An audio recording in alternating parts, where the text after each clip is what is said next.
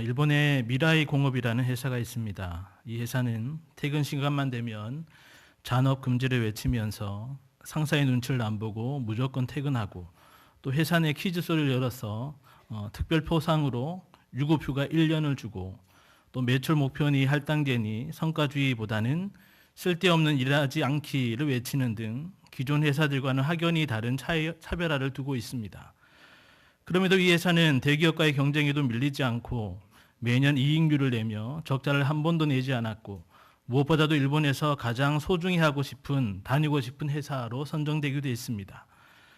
이러한 결과는 이 회사의 창시자가 항상 생각하라는 말을 사원으로 정해놓고 직원 스스로 생각하고 고민하여 발전적인 결과를 창출하게 한 것이 이 기업의 노하우라고 자신 있게 말을 합니다. 생각 좀 하고 살아라며 세상 사람들이 다른 사람과 자신을 향해 외치며 좀 더 나은 삶을 추구하며 발버둥 칠 때에, 그렇다면 과연 성도된 우리들은 어떠한 생각을 하고 살아야 하는 것이겠습니까? 오늘 본문은 그 답을 신약시대의 성도들뿐만 아니라 우리에게도 알려주고 있습니다.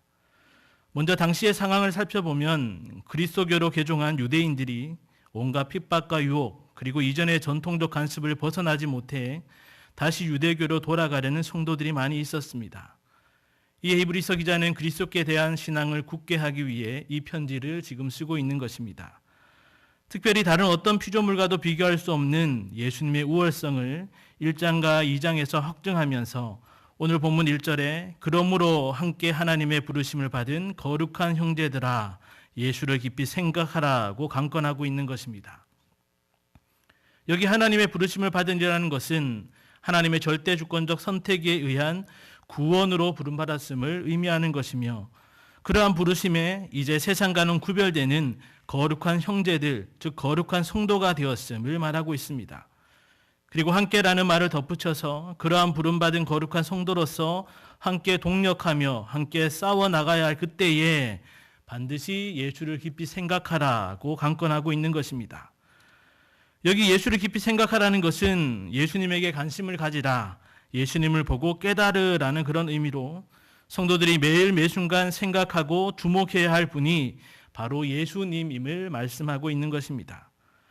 그렇다면 초대교회 때나 오늘날에나 하나님의 부르심을 받은 거룩한 형제된 성도들이 예수를 깊이 생각함으로 깨닫게 되는 것은 무엇이며, 또한 그로 말미암아 어떠한 삶을 살아야 하는지 오늘 말씀을 통해 함께 상고해 보기를 원합니다. 첫째로 예수를 깊이 생각하는 성도는 예수님만이 유일한 구원주 되심을 깨달아 날마다 참된 신앙의 고백을 하는 자들이 되어야 합니다. 우리 본문 1절의 말씀을 우리 다 함께 합독하겠습니다. 시작. 그러므로 함께 하늘의 부르심을 받은 거룩한 형제들아 우리가 믿는 도리의 사도이시며 대제사장이신 예수를 깊이 생각하라. 아멘. 일반적으로 무엇에 대해 또 누구에 대해 깊이 있게 생각을 하려면 가장 먼저 그 대상의 정체나 또 정의가 무엇인지부터 규정해야 합니다. 히브리서 기자 또한 예수를 깊이 생각하라고 강권하면서 히브리 성도들이 생각해야 할 그 예수가 구체적으로 어떠한 분이신지를 먼저 알려주고 있습니다. 즉 우리가 믿는 도리의 사도이시며 대제사장이신 예수라고 명확하게 알려주고 있는 것입니다. 여기 믿는 도리라는 말은 인정하다, 고백하다라는 의미와 함께 같은 것을 말하다는 의미도 있는데, 여기서는 같은 신앙을 고백하다라는 말로 쓰였습니다. 즉 우리가 믿는 도리라는 말은 우리, 즉 성도들이 함께 믿고 있고 그래서 함께 신앙을 고백해야 하는 대상이 바로 예수님이다라는 말입니다. 이에 더 나아가 성도들이 신앙을 고백하는 대상인 예수님은 사도이시며 대제사장임을 구체적으로 부연 설명하고 있습니다. 여기 사도라는 말은 아포스톨로라는 단어로 사절, 대표, 사자라는 의미를 나타내는 것으로 어떤 임무와 권위를 부여받아 공적으로 보냄을 받은 사람을 말합니다. 즉 예수님이 사도라는 말은 하나님으로부터 특별한 임무를 가지고 보냄을 받은, 파견을 받은 자임을 강조한 표현입니다.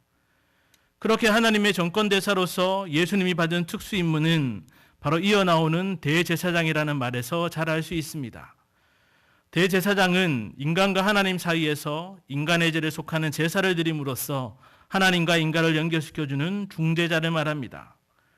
구약시대에 매번 소나 양 등 제물을 드려 백성의 죄를 사해야 했던 불완전한 대제사장과는 달리 예수님은 자신의 몸을 단번에 희생제물로 드려 그 죄를 완전히 사하는 대속의 은혜를 베푸신 유일한 중보자이신 것입니다.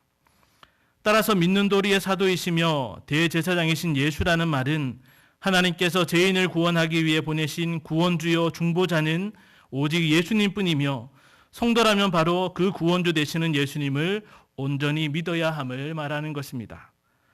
또한 이것은 예수님을 믿음에 있어서 신앙 고백함에 있어서 그 시작이요 원천이며 가장 중요한 요소임을 말하는 것으로 더 나아가 예수를 깊이 생각할 때에 가장 먼저 심령 중심에 자리 잡아야 할 내용이기도 한 것입니다.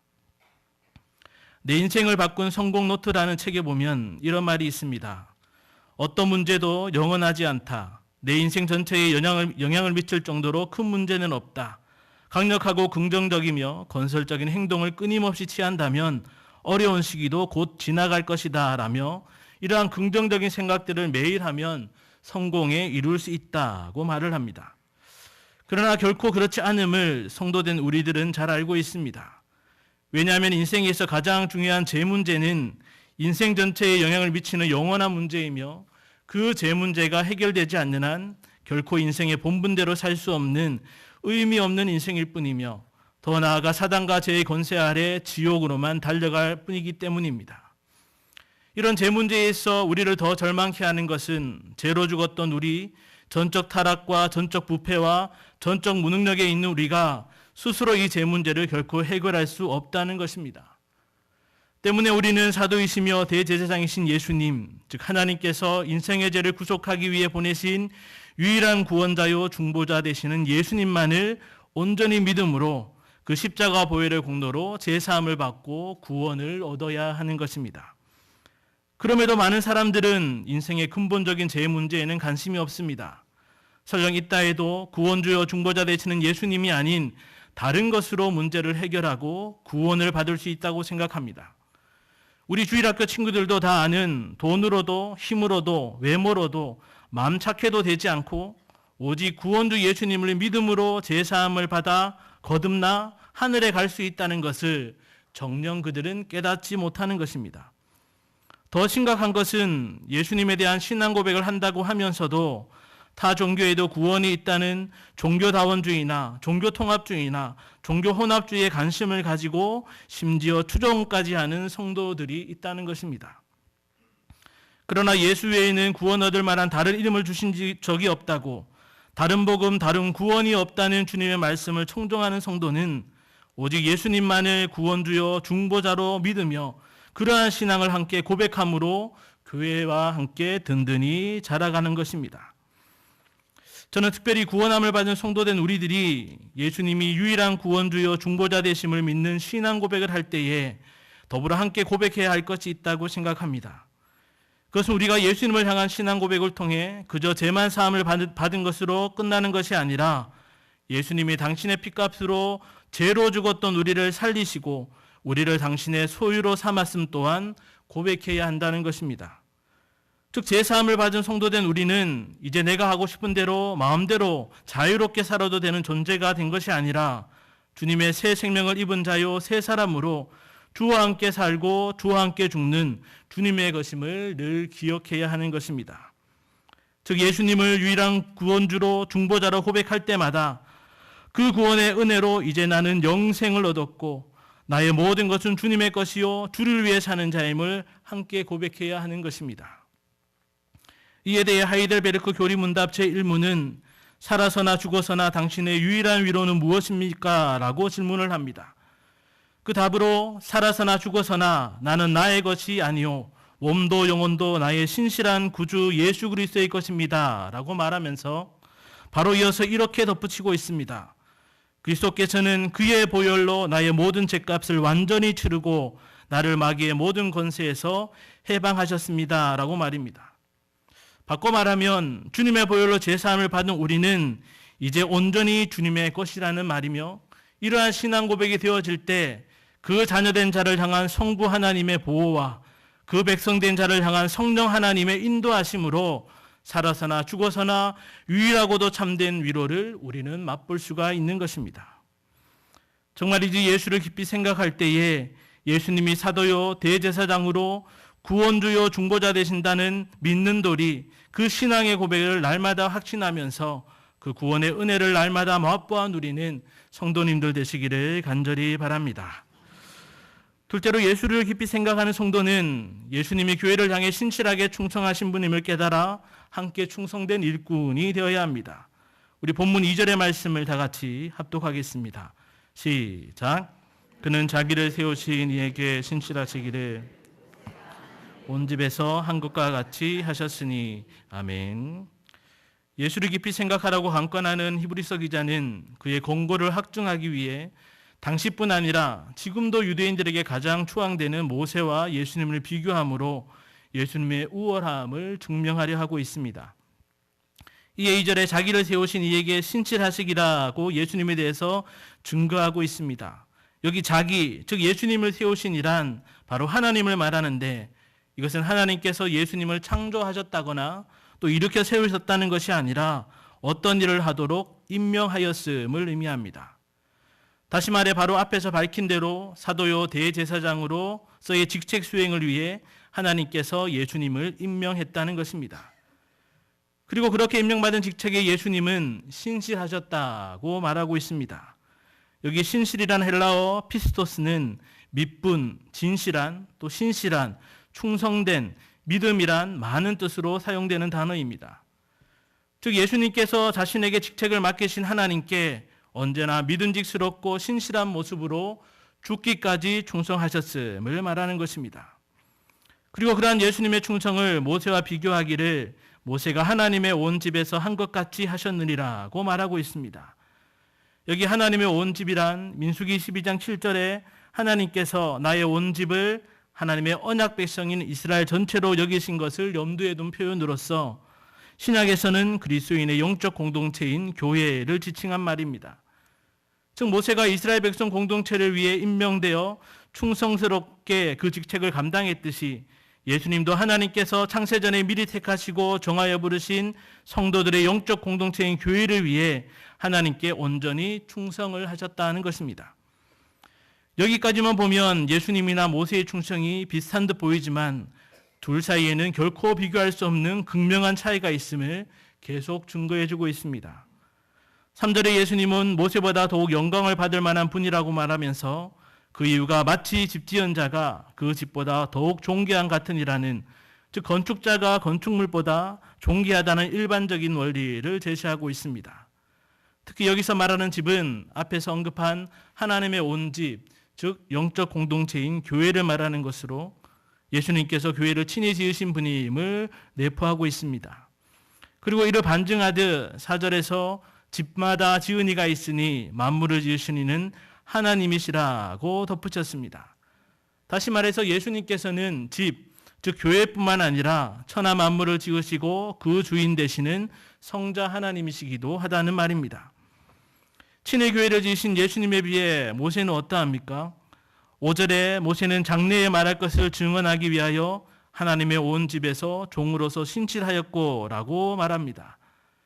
여기서 모세는 단순히 노예와는 달리 특별한 권리와 지위를 가지고 왕이나 주인의 명을 따르는 종, 사환으로서 충성하였음을 강조하고 있습니다.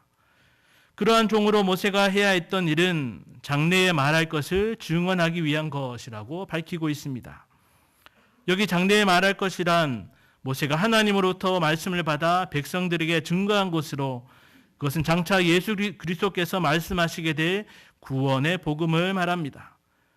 즉 모세는 마치 세례 요한이 그랬던 것처럼 자신의 주인 되신 예수님이 이 세상에 오셔서 하실 일을 미리 증언하는 증거자요, 또 그림자로서 종의 역할에 충성을 다했던 것입니다. 반면에 예수 그리스도는 6절에 하나님의 집을 맡은 아들로서 그와 같이 하셨으니라고 말씀하고 있습니다. 즉 모세가 하나님의 집을 맡은 종, 사환으로서 충성하였다면 예수님은 하나님의 집뿐만이 아니라 모든 만물의 창조자요 주인 되시는 성자 하나님이시면서도 죄인 구속을 위해 친히 육신의 몸을 입고 이 세상에 오셔서 십자가의 죽으심으로 그 피와 살로 주님의 몸된 교회를 친히 세움에 충성을 다하신 분이라는 말입니다.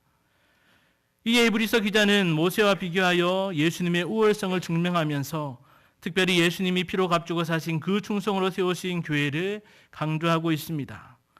이것은 그러한 예수님의 충성으로 세워진 주님의 몸된 교회는 영원하며 무너지지 않으며 하나님의 은총을 계속해서 덧입으며 그렇기 때문에 그 교회의 일원이며 지체며 권석들 또한 그 교회의 영광을 함께 누리게 될 것임을 히브리 성도들에게 일깨워 주기 위함입니다. 부활절을 한 달 남짓 앞두고 있는 이 시기에 많은 교회와 성도들이 부활하시기 바로 전까지의 예수님의 행적들을 하루하루 말씀을 찾아가며 되짚어 보기도 합니다. 그러한 예수님의 40여일의 행적뿐만 아니라 공생의 행적들을 보면서 예수님이 어떠한 분으로 여러분은 생각이 되어지십니까? 예수님의 어떠한 모습들이 여러분의 눈에 들어오십니까?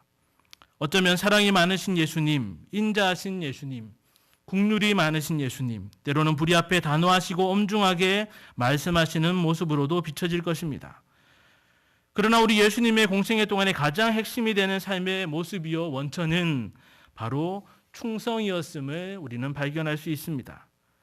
즉 하나님께로부터 사도요 대제사장으로 임명을 받아 모든 영광 버리고 낮고 낮은 이 땅에 벌거벗은 아기의 모습으로 화육 강세하실 때부터 또한 벌거벗은 몸으로 십자가에 달려 죽으실 때까지 그 보내신 자에 대한 신실하고도 충성스러운 일관된 모습을 발견할 수 있는 것입니다. 예수님은 때로는 식사할 겨를도 없이 또 머리 둘 것도 없이 하나님의 말씀을 선포하며 가르치시며 병자를 고치는 일 등 하나님의 잃어버린 백성을 찾는 일에 또한 새벽 미명을 깨워 기도하시는 일에 나의 원대로 마옵시고 아버지의 뜻대로 하옵소서라며 하나님의 말씀을 성취하시는 일에 정말이지 십자가상에서 다 이루었다고 하시기까지 바로 충성 그 자체였습니다. 그래서 요한계시록 19장 11절에 보면 보라 백마와 그것을 찬 자가 있으니 그의 이름은 충신과 진실이라고, 즉 예수님의 이름이 충성충에 믿으신 곧 충신이라고까지 밝히고 있는 것입니다. 바로 그러한 예수님의 충성스러운 직분 감당과 무엇보다 피로 값주고 사신 교회를 향한 충성으로 말미암아 성도된 저와 여러분이 거룩한 형제들이라 불리며 하나님의 집 영적 공동체인 교회의 지체요 거룩한 공예의 일원으로 그 영적인 은혜를 지금도 누리고 있는 것입니다. 또한 그 은혜와 더불어 주님의 몸된 교회를 든든히 세워가는 일에 모세와 같이 사환으로 부름을 받아 섬길 수 있는 존귀한 자로 삼아주셨으니 우리 또한 예수님처럼 그 맡겨진 사명에 교회를 통해 주신 직분에 충성을 다하여야 하지 않겠습니까? 앞서 잠깐 언급했지만 충성이라는 헬라어 단어는 신실함, 믿음이라는 뜻도 있다고 했습니다. 이 말을 좀 다르게 표현하면 충성한다는 것은 곧 믿음이 있다는 것이고 이것은 곧 믿음이 있기 때문에 충성한다는 말입니다. 따라서 우리가 자주 쓰는 말로 맡은 자들에게 구할 것은 충성이니라는 말은 맡은 자들에게 구할 것은 곧 믿음이라는 말이며 그 믿음이란 바로 자신에 대한 믿음이 아니라 그 직분을 맡기신 주님을 믿는 믿음으로 우리가 할 수 있는 최선을 다하여 그 일을 감당한다는 말인 것입니다. 따라서 예수님께서 하나님이 임명하여 맡기신 일에 목숨을 다해 그 핏값으로 교회를 세우는 일에 충성을 다하신 것처럼 예수님을 온전히 믿는 우리 또한 장로이든 집사이든 권사이든 성도이든지 간에 각자에게 맡기신 그 자리에서 죽도록 충성하는 자가 되어야 함은 마땅한 것입니다. 이렇게 예수를 깊이 생각할 때에 믿음의 본이며 충성의 본 되신 예수님께서 교회를 향해 보여주신 그 충성의 모습 그대로 성도된 우리 또한 주님의 몸된 교회를 더욱 든든히 하는 일에 충성의 열매를 날마다 주님께 올려드리는 성도님들 되시기를 간절히 바랍니다.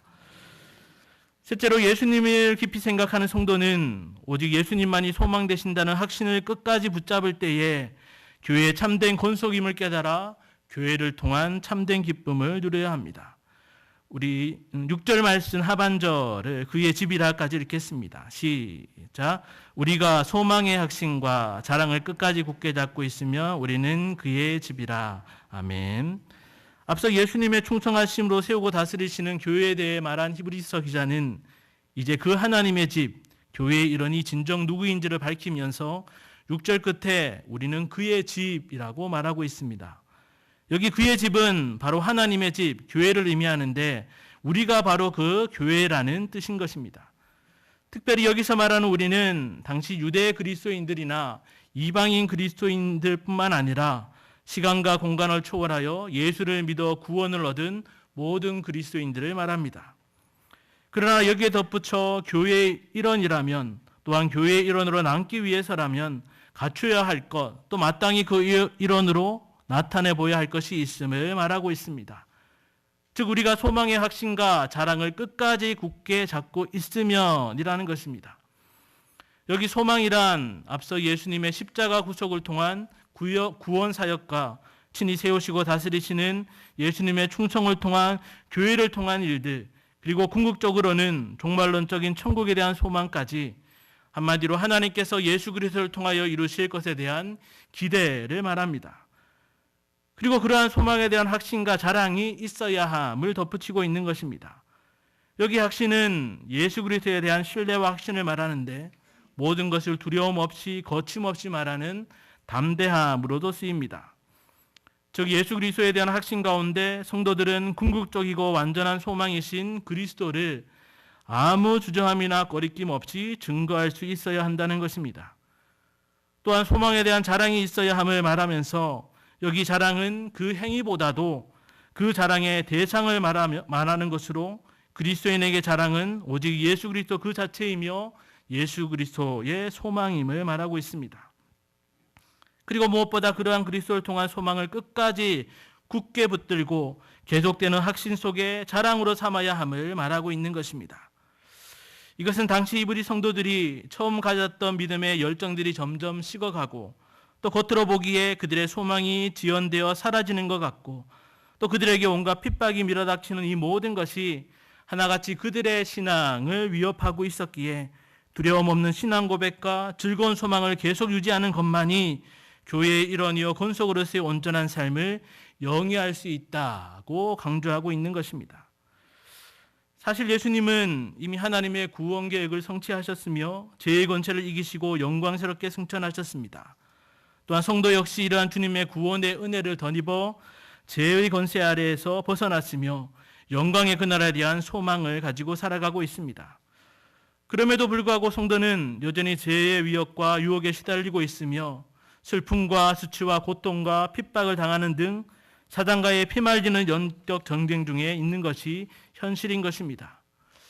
그러나 성도는 이러한 죄의 위협과 유혹, 사단과의 싸움 앞에 결코 무릎 꿇지 않고 담대히 맞서 싸워야 합니다.